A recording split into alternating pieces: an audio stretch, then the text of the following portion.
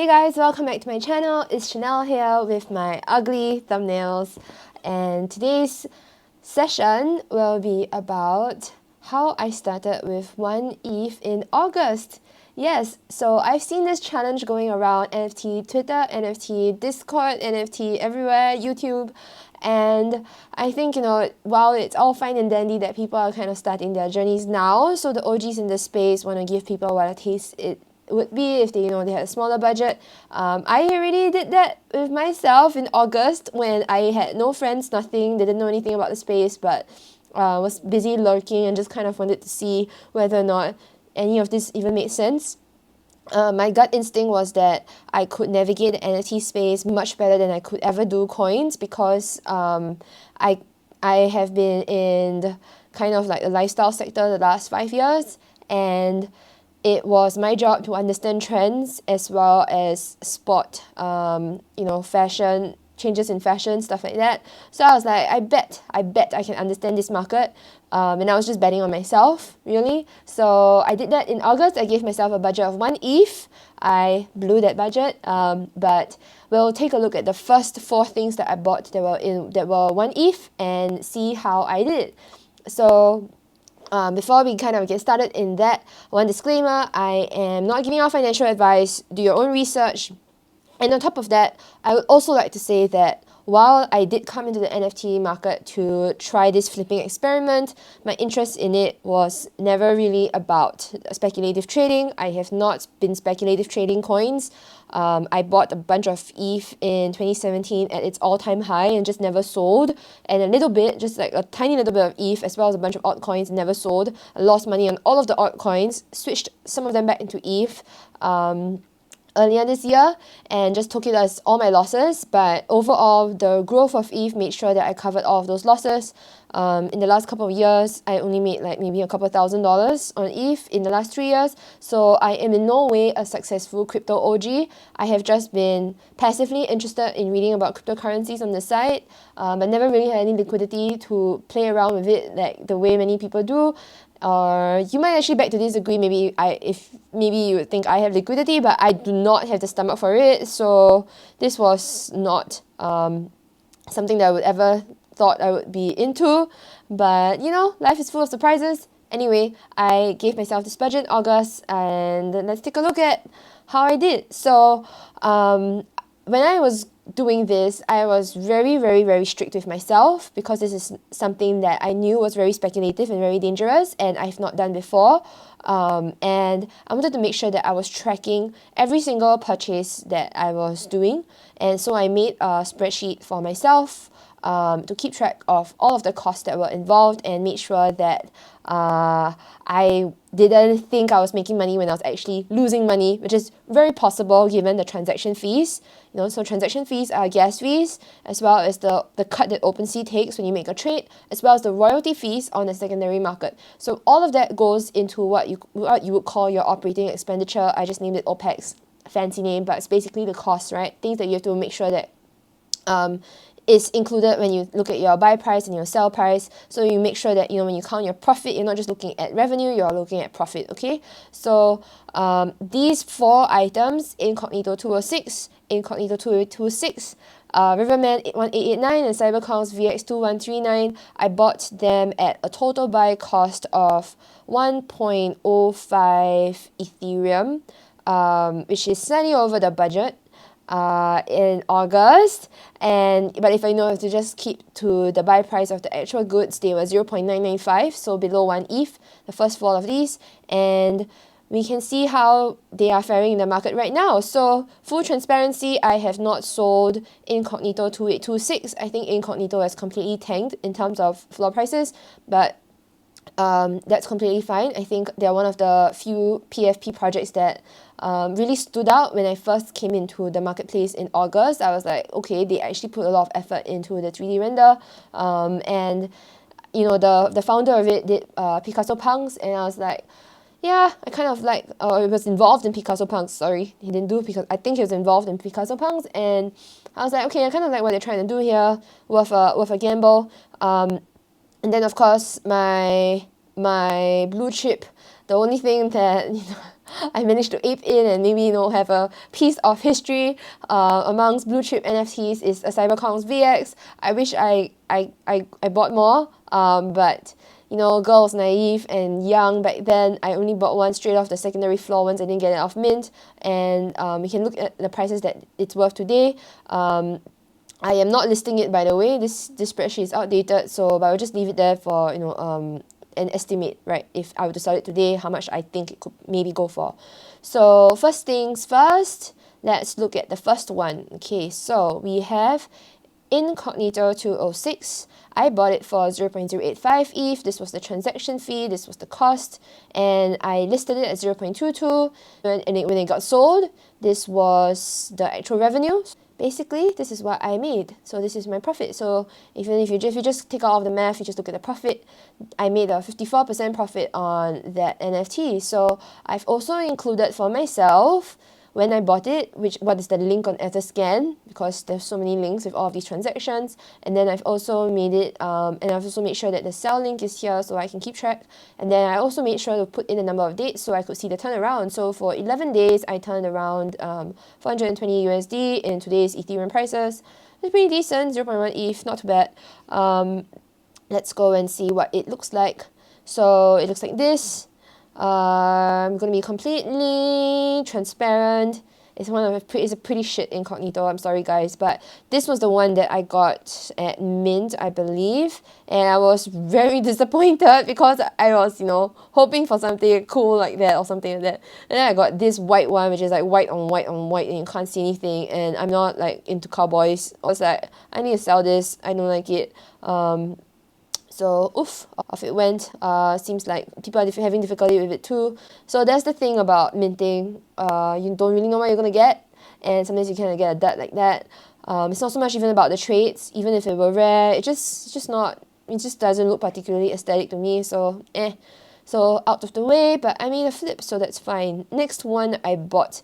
So I managed to buy 206 off the pre-sale. I can't believe I got on a pre-sale. These days you have to be on a whitelist or jump through hoops to get on a pre-sale. But back then pre-sale was just a pre-sale. I managed to buy one on the pre-sale. Next night I didn't manage to buy more on the general sale. The reason I went back for more was because this was the first one I ever bought, and I didn't realize that a more optimal strategy as a flipper would be to buy 3 and then at least flip one, and then between the 2 others you can kind of keep one that you like for a long-term hold if you think it's a project that's worth holding, and then at least you have some choice, especially if you're minting and you don't know what they look like. You can choose something that you like a bit more. Anyway, next night I went back and bought something off the floor. What does it look like? Let's look at it now. So this is the one I own. This is my profile picture on OpenSea. I was quite okay with it once it was revealed. Still not rare, still not particularly outstanding, but way better than this one. And okay, but of course it's all subjective. Of course it's subjective, but way better to me, because I can actually see myself, going out with a black mask and a silver chain. And also at least there's a contrast between the trades. So this was what I got. You can see I bought it for 0.28 ETH. But Incognito is not making any movements. I should probably cancel listing. I don't mind keeping it. So let me cancel this listing here right now and agree to that. $16. Okay, that's fine. Alright, so I'm going to hold on to this one because yeah, I do have a bit of an emotional attachment to it now as the first collection that I bought. So yeah, I'm okay with it. So Incognito, I hope the collection picks up. The next thing I then bought, so in between Incognito and Cybercons VX, I bought a very random one called Riverman. It was a Chinese NFT project that was going to be launched on OpenSea. I happened to see it on NFT Catcher as well, or Rarity Tools or something. And I thought quite decent looking, and they had a very unique playground. They wanted to remake one of the famous Chinese rivers and an entire landscape, and I thought it was a pretty poetic project. I don't know if you can call a project poetic, but I really like the culture that it was trying to imbue with this particular project, and the creators of it, they are famous builders in Minecraft or something like that. So when I saw the art, I was like, I think people can get behind this. I think it's very different, it's very fresh. The downside for Riverman is I don't think they have enough audience in the West right now, so it's very insular to China alone, which is fine. There are more than enough, buyers in China. But it's also a bit hard for me to follow the news because my Chinese is really bad. So I kind of got a little bit scared. So I was like, okay, I don't know if I can hold on to this and keep track of this project. So I decided to let it go. So I bought it at 0.04 at mint. I think it took a few days to sell out. And then I eventually listed it at 0.18 and it got picked up. So after cutting out all of the royalties, the costs, etc., this was my gains, and it was a cool 66%, which is really good actually, guys. So wait, this one's gone. I am not selling this, and I will delete this as well. I'm not selling my Cybercons. So I bought it on 14 August and I bought it on 15 August and I sold it on 23rd August. Turnaround days, 8 days. I mean, pretty decent for, a relatively unheard of project. Today the floor price is 0.09. That's actually not too bad. It's held on its own, like it's more than mint price than at the start. So pretty decent. Go check it out if you like Chinese themed artwork. Yeah. And yeah, I don't know how the progress is like, no comments there, but when I first came across it, I thought it was pretty interesting. Okay, then on to the best decision of my life. No, one of the best decisions of my life in the past few months. It was to listen to my brother and my flatmate, who I told them about what I was doing about NFTs in the weekend that this was happening, and I was showing them how to buy NFTs, what I was doing, and we were all scrolling through the upcoming drops together, and I was telling them, okay, I have enough money left for either Galaxy Fight Club or Cybercons VX. What do you guys think? Both of them were like, Cybercons, 100% for sure. So that's what I did. So that's what we all did. We all camped individually at our computers for the mint. None of us got it. We burned a whole bunch of money. And then my brother was the first one to run to OpenSea to buy it off the secondary, and emboldened by that, my flatmate and myself, we then went and did that as well. I think I took the longest to buy mine, but I think mine turned out to be the rarest. So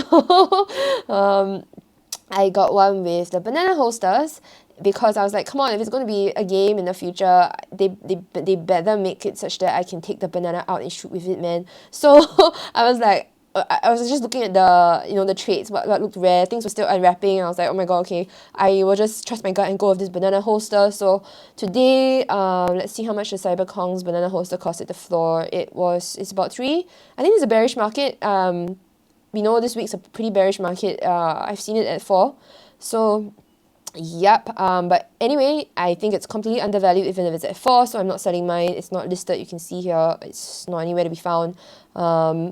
And I will keep holding that, but in the spirit of seeing what gains I might potentially get, let's say I change this to 3 ETH, right? We haven't even looked at rarity yet. After all of the royalties, blah blah blah, this is what I would make of selling a Cybercons VX, which is stupid money. If you've not been in NFTs before, it's going to be like, what? Why am I even still working my day job? But then of course, I got really lucky. Honestly, I was still so new. I didn't know the alpha, so to speak, but I live with 2 boys who can spot good games when they are about to come out. So on their advice, on all of our gut instincts, we went in with Cybercons, and yeah, I love this project to death. I am not selling it. You can take it from my hands while my body is cold. Anyway, so okay. In the spirit of that 1 ETH challenge, let's say I delete all of this, right? How much would I have made? So if we look at the sum of this, it is 0.22 ETH. And if you just look at it at today's USD price, so the time in which I'm filming this is 19 October, 7 8 a.m. EST, I would have made about 836 USD. Pretty decent, for a weekend's worth of camping and not sleeping. So but then of course you can't look at that without looking at potentially things that you will never sell. So let's say I delete this, so let's not talk about that one. Sorry guys. So I have basically profited 0.22 ETH, but I spent 0.29 and 0.60 on my Cybercons. So I am still down. I'm still in the red. It's not a full, complete break even. Yeah, so something to keep in mind when you're playing the NFT flipping game. Number one, be organized, track all your stuff. Okay, you don't realize how fast all the fees add up. So what I'm going to do after this video is I'm going to sanitize this spreadsheet and I'm going to upload it into Google Drive, and you can click the link in the box below to download this Excel, and you can adjust this to however you want it to be adjusted to. You can kind of see my math. You can also build your own one. But this really helped me keep track. This really helped me focus, like my attention on doing this in 3 different currencies, for example. So be organized. Number 2, when you have this organization, then you can, really take stock of, are you really making a profit or are you making revenue? Big difference if you're running a business, big difference if you're in this for actual income. For me, it was an experiment. I'm happy to say that, I just really enjoyed the experiment anyway, so all's good. And maybe the third thing I would say is 1 ETH is not enough. So you will see here, I very quickly exceeded my budget. I aped into Incognito 7078 very shortly after because I really loved the glass ones. So this is the glass Incognitos. I was just so devastated when I got 2 plastic ones that I think I was just like, I forget it. I don't care how much it costs. I want to buy the glass one. My flatmate enabled me as well. And I'm pretty sure he still owns a concrete one now. But anyway, look, dude, look, it's so clean, okay? It's glass, it's like glass on glass. Anyway, I had it at some point. I bought it at 0.39 and I sold it for 1.4, which is insane. I cannot believe that, people are trying to buy it at this price now. I do think the glass ones are the prettiest ones in the collection because of the iridescence when it turns. Anyway, maybe someday I'll buy it back. I honestly wouldn't have sold it if I had remembered to delist it. But I think I was kind of like wavering, should I delist it, should I be liquid? And then before I knew it, it was gone. So another lesson. Sometimes if you can't decide, you will lose the things you love. Yep, life lesson there. So I did make a huge profit on it. I made a 69% return. I made 0.89 ETH on it. So essentially, this put me back in the green. I have covered my costs of the other 2 purchases as well, I believe. Let me count, is that right? So the sum of my profits is 1.1169, and the sum of my buy prices is 1.45. No, so I am still down. I am still invested. I have not completely covered my entire capital. So if you see here, the glass one I bought 17 August and then it sold 26 August, so 9 days. So do what you will with this information. If you wanted liquidity and you owned all this and you had no emotional attachment to the projects and you just sold off your Cybercons, you'll definitely make the profit already. But when you're in the space, you start to fall in love with the community, with the projects, with the future of the metaverse. Sometimes I think money's not worth everything. So I'm definitely holding on to these 2 now as part of my ragtag collection, and I will maybe make an update video on the prices of these 2 in a year. Let's drag on the experiment for a year. Yeah, I can afford the diamond hands on these 2. So we'll see. One last final annex, I suppose, to this video is make sure you also kind of keep track of all of your transaction fees when you are learning. So this is how much I burned on some things were purchases, but some things were just things I burned because I made mistakes. For example, I think I double clicked too quickly on OpenSea. I think this is the proxy registration or something you have to do when you first want to list something for sale. And then I think I clicked because it was like taking so long, right? And I'm a spam clicker. And then it just charged me extra stuff.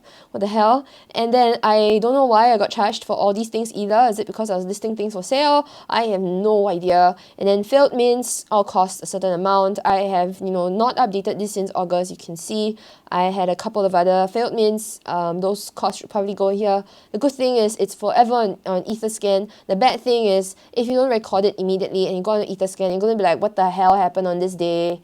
What the heck is this for? So if you have the capacity to, I really recommend that, you have this Excel sheet open in one window and you're doing your purchases, and then make sure you tally everything up. Yep. So that's all for me today, guys. So if you like this content, like and subscribe. Follow me on Twitter. I'm also at Chanel Coco there. I will be making a lot more content. Maybe one of the next videos will be about Sad Girls Bar. That's my profile picture, and I will probably also make a video about Cybercons at some point. You can tell I'm a huge fangirling from it. And I will see you soon in the online space that will someday be the metaverse.